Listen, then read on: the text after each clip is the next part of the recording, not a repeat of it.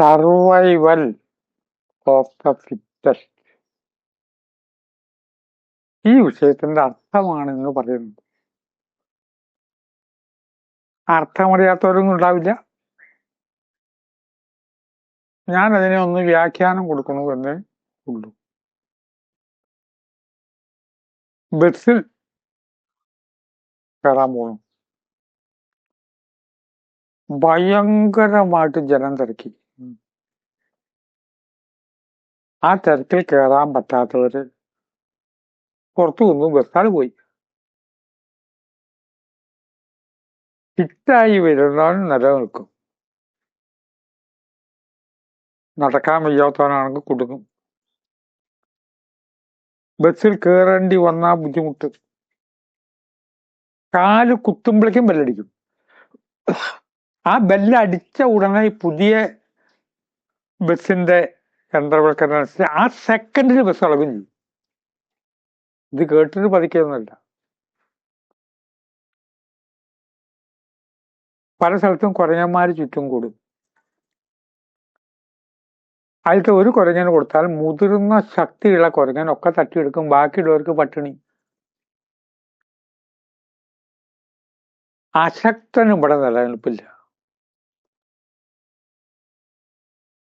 Survival of the fit. ചില ജീവികള് പ്രസവിക്കും. ആ കുട്ടികളെ നോക്കുക. പ്രകൃതിയുടെ ശക്തി ഒന്ന് ആലോചിക്കും.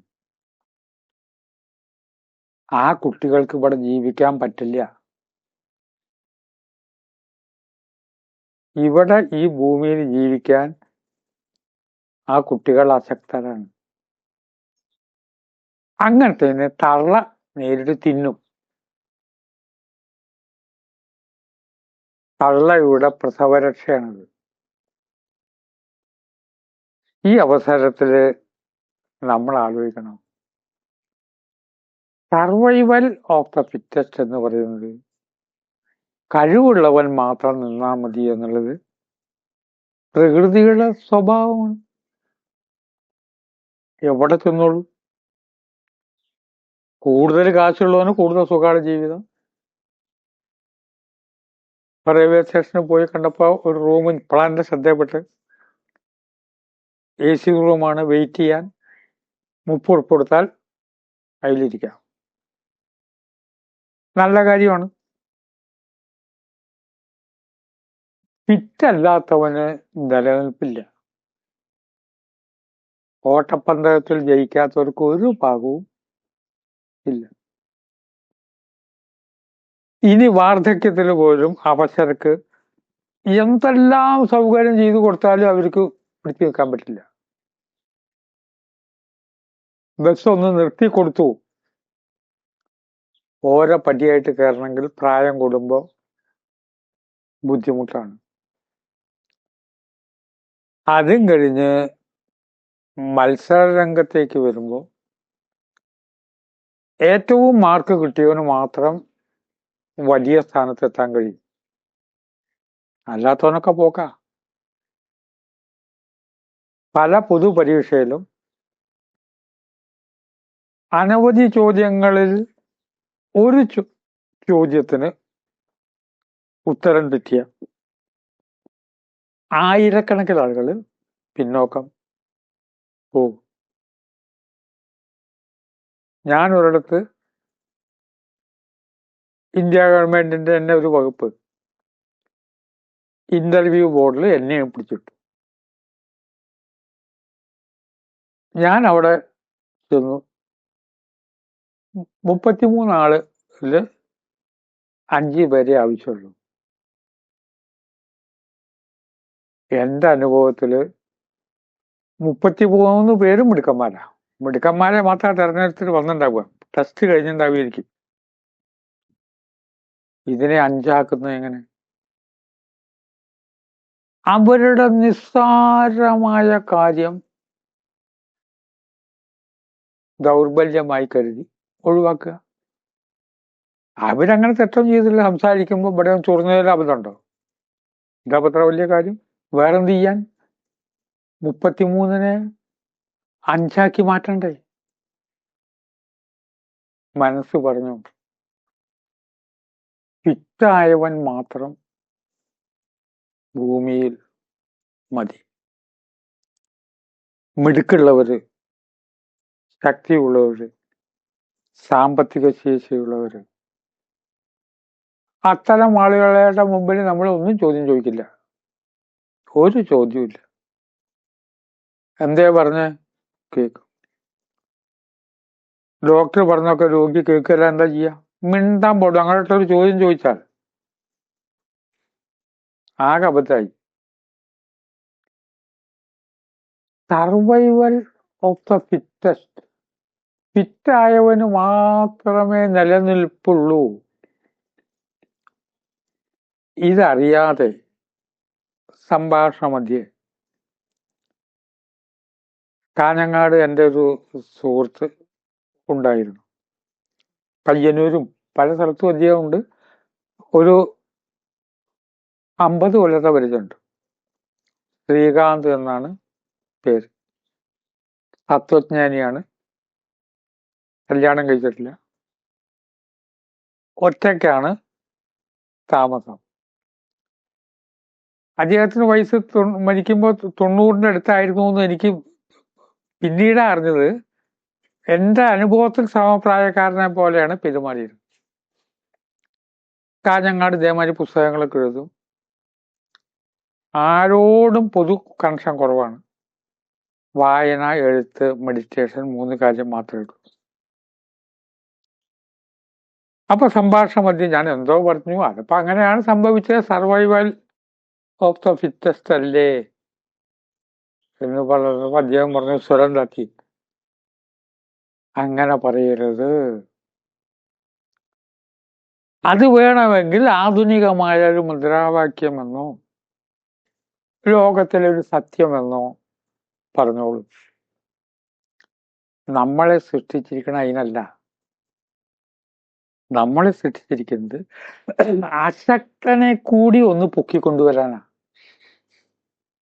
എല്ലാവർക്കും അങ്ങനെ 1-ാം സ്ഥാനം കിട്ടും. അശക്തനായൊരു വ്യക്തി ഉണ്ടെന്ന് നോക്കിയാ ആ വ്യക്തി നമ്മൾ പൊക്കിക്കൊണ്ടുവരണ്ടേ.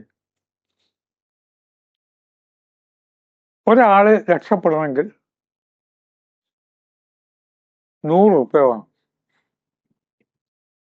അയാള് ഓടിക്കതച്ച് എവിടേക്കോ പോയിട്ട് 98 രൂപ ഉണ്ടാക്കി. പക്ഷെ കാര്യം നടക്കുന്നത് 100 റുപ്യ വേണം.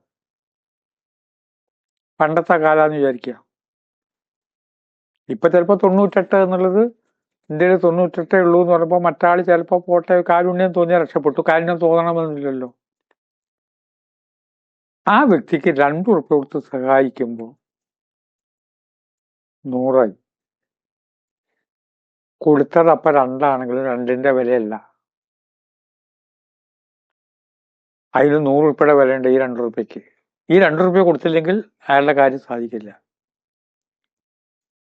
അപ്പൊ കുറെ ദൗർബല്യമുള്ള ആളുകൾ നമ്മുടെ രാജ്യത്തുണ്ട്, സമൂഹത്തിലുണ്ട്, നമ്മുടെ ചുറ്റുമുണ്ട്, നമ്മുടെ വീട്ടിലും ഉണ്ട്.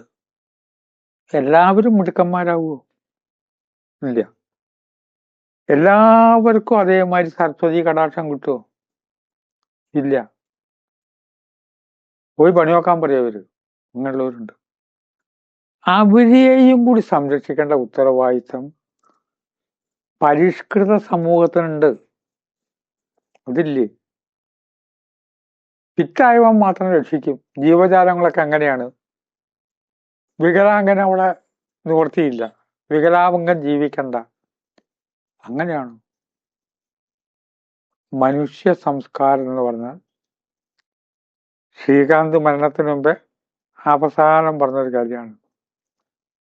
മനുഷ്യ സംസ്കാരം എന്ന് പറയുന്നത് ഇതല്ല കാര്യം.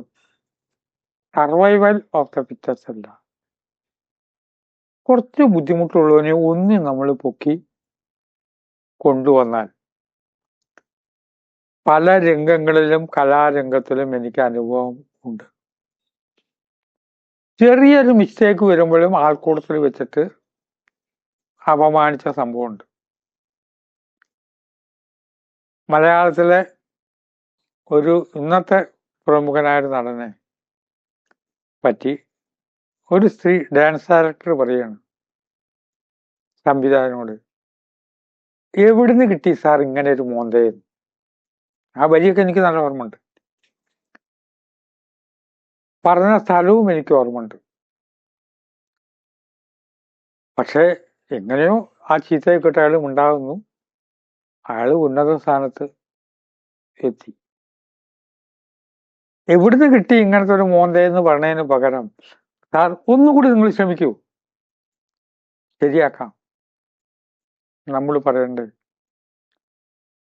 വൃദ്ധനാണ്, വാദം പിടിച്ച രോഗിയാണ്, ബസ് കയറാൻ വരികയാണ്, ബസ്സിന്റെ പാട്ടിൽ വിടുന്നല്ലോ, അയാൾക്ക് ചെറിയൊരു പ്രിഫറൻസ് കൊടുക്കണ്ടേ? ചില കാര്യങ്ങൾക്ക്, ചില നന്മകൾക്ക് എല്ലാ കുട്ടികളും ഒന്നാം സ്ഥാനത്ത് എത്തുമോ? അപ്പൊ എന്താണ്, ഒന്നാം സ്ഥാനം കിട്ടുന്നവർ മാത്രം പ്രവേശനം മതി എന്ന് പറഞ്ഞാൽ നടക്കുന്ന കാര്യം അല്ല. അവരെയും കൂടി ഉൾക്കൊള്ളണം. പൊതുവെ ലോകത്തിന്റെ സ്വഭാവം എല്ലാ സ്ഥലത്തും കാണാം. ഇങ്ങനെയൊക്കെ ആണെങ്കിൽ ശരി, അല്ലാത്തവർക്ക് വേണ്ടിയും ലോകം നിലനിൽക്കുന്നുണ്ട്, സഹായിക്കുന്നുണ്ട്. സർവൈവൽ ഓഫ് ദ ഫിറ്റസ്റ്റ് എന്നൊക്കെ പറഞ്ഞാലും കുറച്ചൊരു കഴിവ് കുറഞ്ഞവര്, ആ കഴിവ് കുറയാ പറഞ്ഞാൽ അത് ദുസ്വഭാവമാകുമ്പോൾ നമ്മൾ വെറുക്കും, ശരിയാണ്. എങ്കിൽ അവന്റെ വായനക്കെങ്കിലും നന്നാവണ്ടേക്ക് നമ്മൾ ചോദിക്കും, കഴിവില്ലാത്തത് കൊണ്ടാണ്. ഈ ഒരു വിചാരം നമ്മൾ ഉണ്ടാകണമെന്ന് പറഞ്ഞുകൊണ്ട് വാക്കുകൾ സംഭരിക്കുന്നു. നമസ്കാരം.